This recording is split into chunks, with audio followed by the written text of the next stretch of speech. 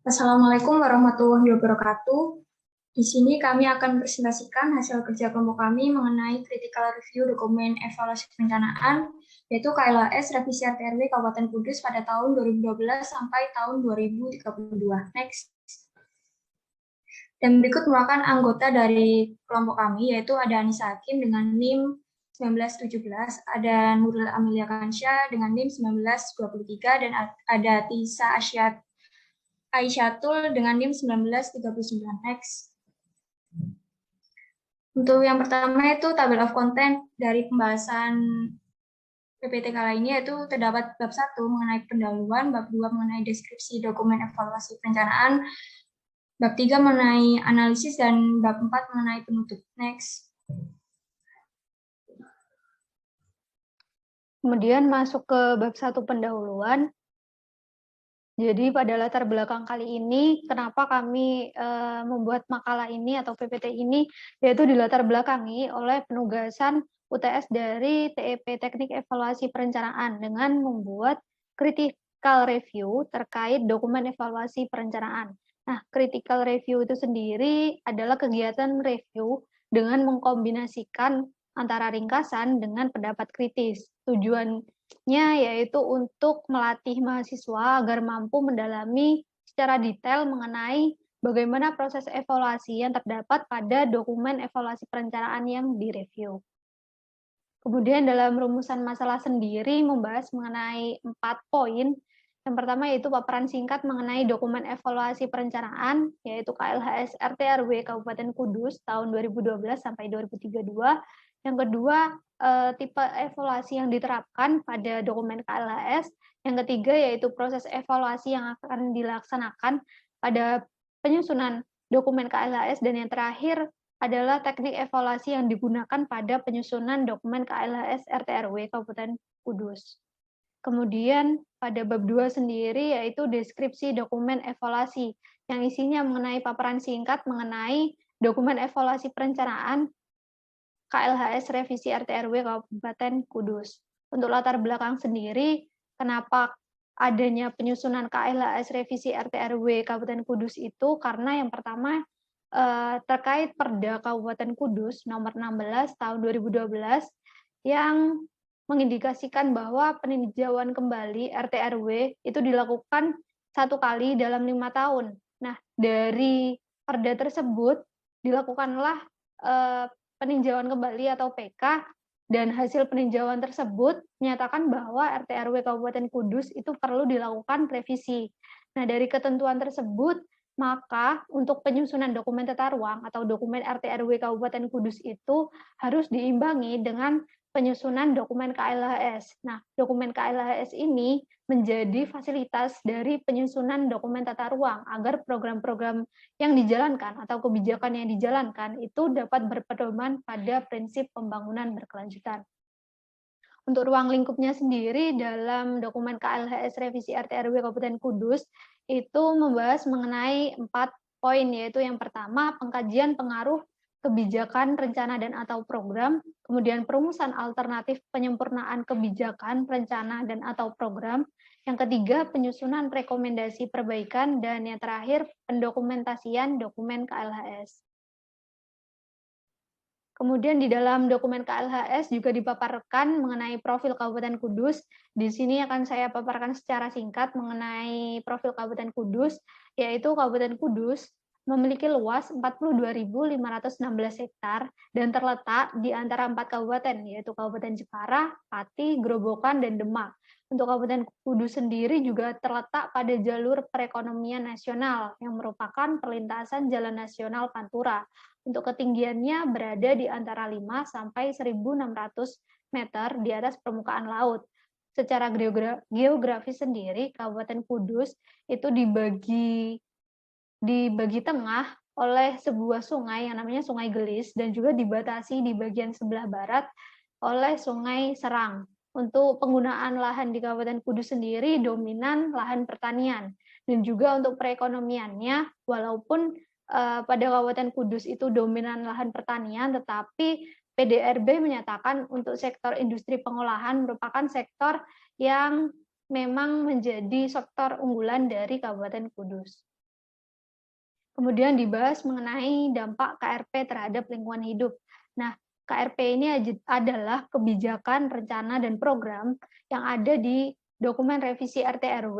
Nah, ini mengarah pada dampak lingkungan hidup. Apakah kebijakan, program, atau rencana tersebut berdampak pada lingkungan hidup? Nah, yang pertama yaitu di pola struktur ruang. Di struktur ruang sendiri ini ada 4 rencana yang memang menimbulkan dampak dari resiko lingkungan hidup. Yang pertama yaitu rencana jalan lingkar, ini meningkatkan emisi kendaraan dan partikel debu, kemudian meningkatkan lahan terbangun. Yang kedua yaitu jaringan prasarana jalan, sama juga yaitu meningkatkan emisi kendaraan dan partikel debu. Kemudian terpisahnya kelompok sosial, ini dikarenakan ada pembangunan jalan tol, kemudian penurunan ruang terbuka hijau dan non hijau karena adanya pembangunan yang masif. Kemudian revitalisasi rel kereta api ini juga menimbulkan dampak sosial dikarenakan adanya beberapa ruas pada kawasan terbangun atau pemukiman. Kemudian penurunan ruang terbuka hijau dan non hijau. Dan yang terakhir yaitu penyelenggaraan pengelolaan sampah. Nah, pengelolaan sampah ini sendiri juga dapat menimbulkan resiko lingkungan hidup, yaitu dampak dari sistem pengairan sawah dikarenakan adanya limbah dari B3. Kemudian untuk di pola ruang sendiri ada 5 rencana yang memang terdampak dari resiko lingkungan hidup ini sendiri, yaitu rencana peruntukan kawasan industri, rencana peruntukan kawasan permukiman pedesaan, rencana peruntukan kawasan permukiman perkotaan, rencana peruntukan kawasan pertambangan, dan kumulatif dari adanya kebijakan, rencana, dan program dari pola ruang akibat perubahan lahan di tahun 2017 sampai 2032. Untuk dampak lingkungan hidupnya dari rencana-rencana tersebut yaitu meningkatkan produksi sampah dan limbah cair, kemudian penurunan ruang terbuka hijau dan non hijau, polusi udara dari debu yang ditimbulkan, resiko bencana alam akibat menurunnya daya dukung dan daya tampung lingkungan hidup.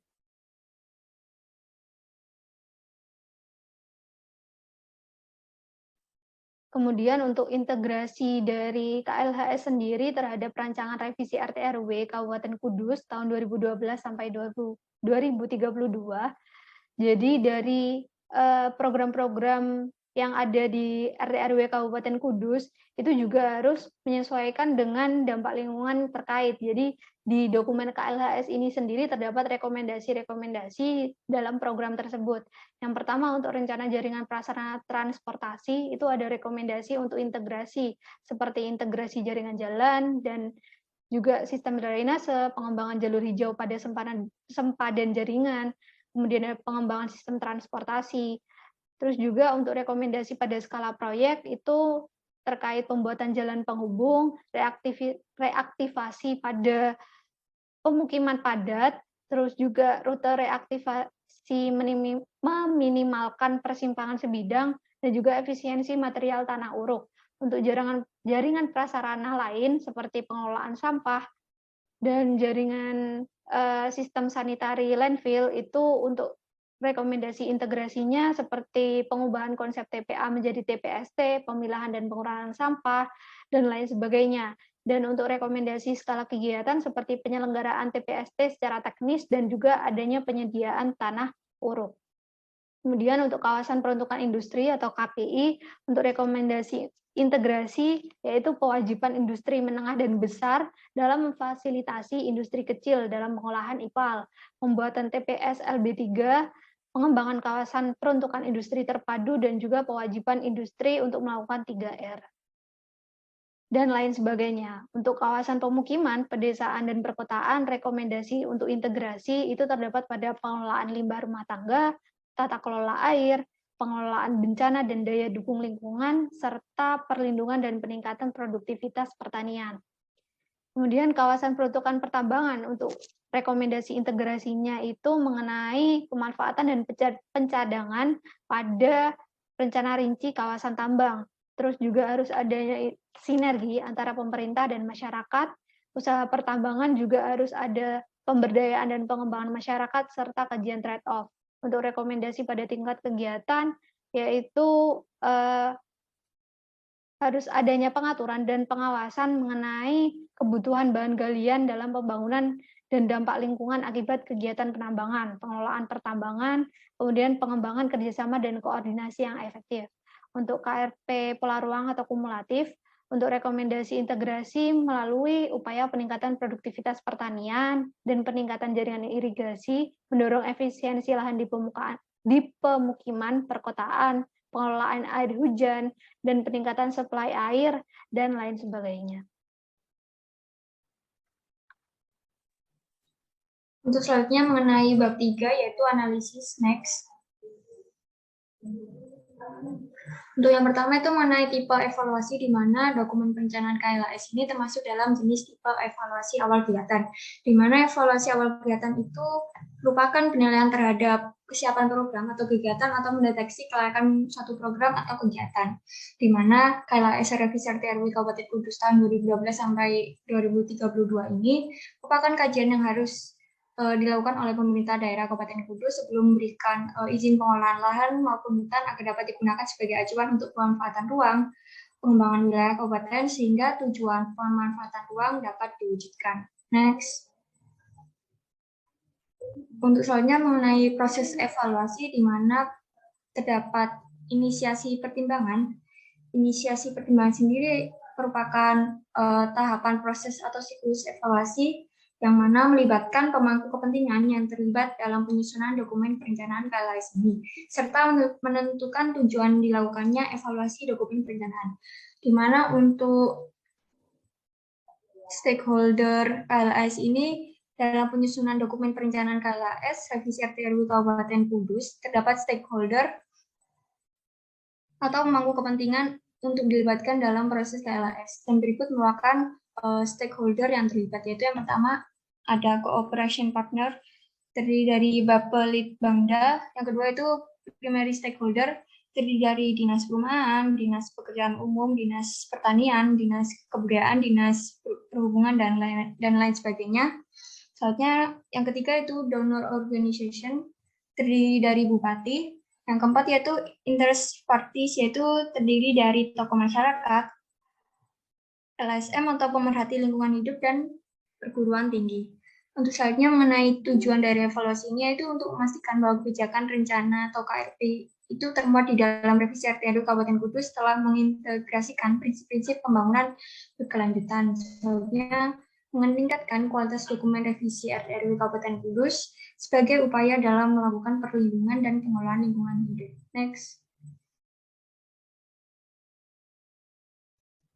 Untuk selanjutnya mengenai persiapan, di mana dalam persiapan terdapat periode waktu evaluasi, identifikasi para pemangku kepentingan, dan penyusunan kerangka acuan. Di mana untuk periode waktu evaluasi ini sesuai dengan Perda Kabupaten Kudus nomor 16 tahun 2012 tentang RT/RW Kabupaten Kudus, maka RT/RW dapat ditinjau 1 kali dalam 5 tahun, di mana peninjauan kembali terhadap tata ruang merupakan bagian dari upaya untuk berbagi RT/RW Kabupaten Kudus agar dapat digunakan sebagai acuan untuk pemanfaatan ruang atau pengembangan ruang kabupaten sehingga tujuan pemanfaatannya dapat diwujudkan kembali. Terus saja itu identifikasi para pemangku kepentingan, di mana KLAS ini menggunakan metode pengaruh dan penting, yaitu mengidentifikasi stakeholder mana saja yang penting dan berpengaruh sampai dengan yang kurang penting. Selanjutnya itu penyusunan kerangka acuan, di mana KAK sendiri terdiri dari latar belakang, tujuan, dan sasaran, lingkup kegiatan, hasil yang diharapkan, dan cara pembuatan dan pelaksanaan. Rencana kerja yang mencakup jadwal kerja, kebutuhan tenaga ahli yang diperlukan, dan pembiayaan. Next. Untuk selanjutnya mengenai tahap evaluasi penelitian, di mana dalam penyusunan KLAS Revisi RT/RW Kabupaten Kudus ini terdapat tahapan sebagai berikut. Yang pertama ada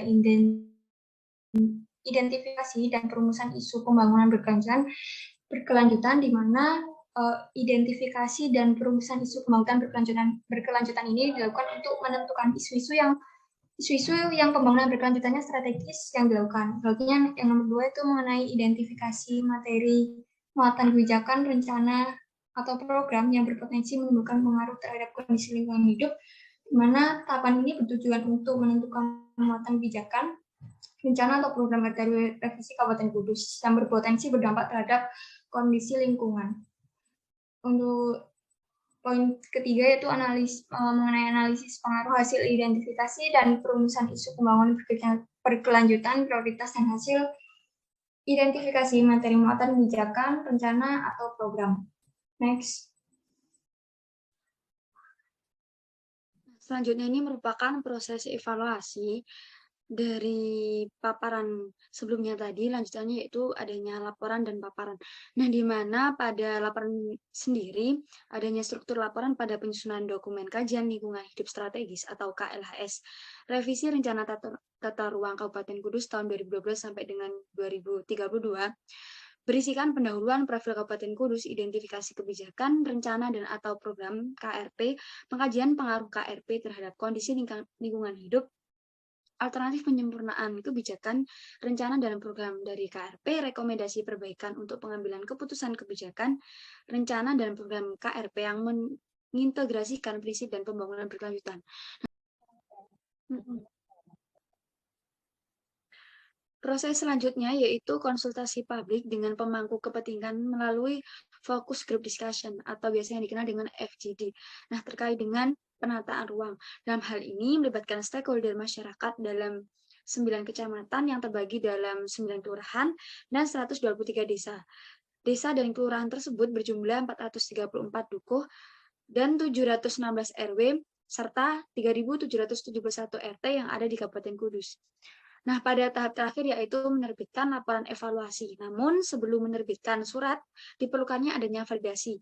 Nah, validasi tersebut dilakukan oleh Bupati membuat permohonan validasi KLHS revisi RT/RW Kabupaten Kudus tahun 2012 sampai dengan 2032 nomor 050/51 30/21.00/2019 yang ditujukan kepada Gubernur Jawa Tengah, sehingga Gubernur Jawa Tengah akan memberikan feedback terkait dari validasi.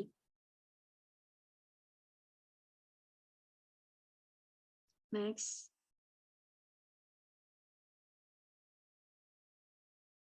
Nah, selanjutnya terkait dari proses evaluasi yaitu manajemen respon, di mana manajemen respon ini digunakan untuk membantu dalam manajemen perumusan jawaban. Nah, selain itu juga memfasilitasi terkait kerjasama mitra dalam proses penyusunan dokumen kajian lingkungan hidup strategis atau KLHS, revisi rencana tata ruang Kabupaten Kudus tahun 2012 sampai dengan 2032. Dalam manajemen respon, di dokumen ini berupa penilaian desain proses KLHS yang disampaikan secara jelas oleh penyusun KLHS dan proses KLHS sesuai dengan ketentuan dan rekomendasi yang layak, yang mana penanggung jawab dari penilaian mandiri penjaminan kualitas KLHS ini yaitu Dinas Perumahan, Kawasan Permukiman, dan Dinas Lingkungan Hidup. Pada laporan KLHS, adanya berita acara penyusunan rekomendasi melalui konsultasi publik yang dihadiri oleh stakeholder dari OPD, LSM, narasumber dari universitas. Pelaksanaan partisipasi masyarakat dengan adanya keterbukaan informasi KLHS, maka masyarakat dilibatkan pada saat penjaringan isu pembangunan berkelanjutan melalui konsultasi publik dan rekomendasi untuk integrasi KLHS ke dalam RT/RW Kabupaten Kudus. Next. Nah, selanjutnya teknik evaluasi yang digunakan dalam revisi RT/RW ini yaitu melakukan pendekatan teoritis dengan teknik yang digunakan, teknik brainstorming, analisis argumentasi, dan DLP kebijakan. Pada pendekatan teoritis ini dipilih karena memiliki metode atau pendekatan yang deskriptif untuk menghasilkan informasi yang dapat dipertanggungjawabkan dan valid mengenai hasil-hasil kebijakan yang secara eksplisit dinilai oleh berbagai pelaku kebijakan dan tentunya dapat dipertanggungjawabkan. Selanjutnya. Nah, pada bab terakhir terkait dari kesimpulan kritika review KLHS revisi RT/RW Kabupaten Kudus tahun 2012 sampai dengan 2032.